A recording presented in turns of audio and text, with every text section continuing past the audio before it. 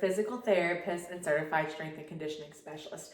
And today we are here to talk to you about form and technique for the calf raise. Now, the calf raise is a simple yet effective exercise to help strengthen our gastrocnemius or calf muscle that we find on the backside of our lower leg. It's great to build this calf muscle up for strength in your lower extremity, but functionally, it's also a wonderful exercise to help you with walking and going up and down stairs throughout your life.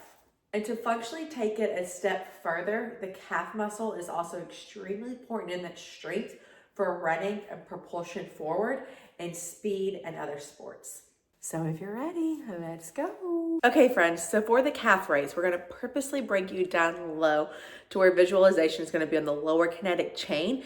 So we have more awareness and visual representation on what's going on in our ankle and toe joints to give you more knowledge for how to appropriately complete the calf raise. Okay, so first things first, the calf raise. I'm going to be standing with my feet about hip width apart. Ideally, my toes are going to be forward while we're starting this, but we can make variations later. I need to be able to have the toe extension to be able to lift up onto my toes, and also that ankle plantar flexion to be able to lift my heels up and get that range of motion in my ankles and toes. So side view from that, you'll see at the toes, I'm going to have to come all the way up into that toe extension, and then also my ankle joint has to be able to plantar flex down. Now our body alignment as we're doing that, knees are slightly bent. You don't want to hyperextend, just so we can reduce the risk of passing out, because we want our blood to be flowing through our body as we're pumping that gastrocnemius, because that's what gets our blood flow up and down through our legs. But my core is strong, my knees are straight, slightly bent, just not locked out. And with our knees straight like that, you're going to be targeting your gastrocnemius.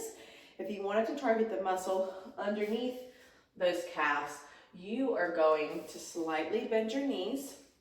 Make sure you have good balance, core is strong. It's like you're hinging at your hips, sitting back into a squat position, and then performing our calf raise, coming up and down. This is going to help you target more of your soleus, which is our true ankle plantar flexor. If you need to, you can always have something to hold onto for your balance as well, or complete this in a seated position as well too. Okay, now for different variations so that we can work the inside of our gastrocnemius, the medial head, and then also the lateral head of our gastrocnemius, is we can work on calf raises and internal rotation, so toes coming in. You are going to feel yourself rotate all the way up through your kinetic chain into your hip. So this might be limited for you if you have limited hip range of motion. So be mindful of that. And then you're gonna do the same thing, coming up on your toes and back down. We can do the same thing working out into external rotation, second position, or the duck stance. We have lots of different names for these guys.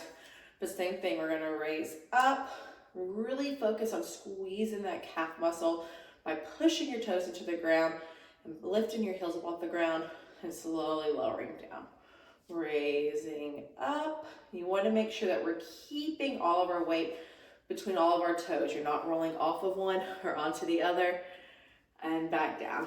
So realize my knees are still strong and steady, my hips are staying steady, and the number one importance, so that we can also work on that eccentric lowering phase that is so important in our speed, is the slow component of lowering down and the explosiveness of firing up. Slow lowering down. Great job, guys. Now, learning that form and technique is so important for the calf raise, because that form and technique is going to translate over into our functional task of walking, going upstairs, running, jumping. So making sure that you can really control your environment, evening out your weight through your toes, working on internal, external, and neutral stance, and that explosive calf raise up and slow lowering down is going to help you master your body mechanics for more complex moves like walking, going upstairs, running, and jumping. Always master the basics of what movement you're trying to complete so that you can have that foundation for creating complex and dynamic movements all throughout your decades. Thank you guys so much for being here with me to learn a little bit more in depth about the calf race. As always, if you have any questions or comments, leave them for me, and it would make me so happy if you could subscribe so we can stay on this journey with one another. Thanks, guys.